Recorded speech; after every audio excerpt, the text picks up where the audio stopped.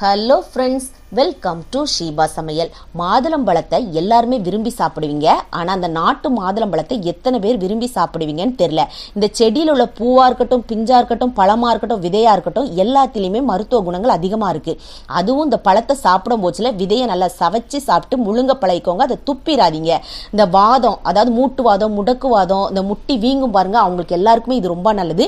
புற்றுநோய் வராமல் தடுக்கும். புற்றுநோய் வந்தவங்களுக்கு கூட அந்த வளர்ச்சியை குறைக்கக்கூடிய தன்மை இந்த பழத்தில் இருக்கு. முக்கியமா ஞாபக சக்தி பெருகப்படும். அதாவது குழந்தைங்களுக்குலாம் இந்த பழத்தை சாப்பிட நீங்க கத்துக் கொடுங்க. இது துவர்ப்பு புளிப்பு இருந்தாலும் இதுல நிறைய மருத்துவ குணங்கள் இருக்கிறதுனால குழந்தைங்க கண்டிப்பா விரும்பி சாப்பிடணும். அதுக்கப்புறம் பாத்தீங்கன்னா பித்தத்தை குறைக்கும், இரத்த கொதிப்பு இருந்தா குறைக்கும், இதயத்தை நல்லா பலப்படுத்தும். ஒரே வார்த்தையில சொன்னோம் அப்படின்னா தேவையான ஊட்டச்சத்து இதுல கிடைக்கிறது மட்டும் இல்லாமல் நம்மளை நாமளே ஆரோக்கியமா வைத்திருக்க உதவும். அதனால கண்டிப்பா வாங்கி சாப்பிடுங்க. அப்படியே லைக் பண்ணிருங்க. தேங்க்யூ.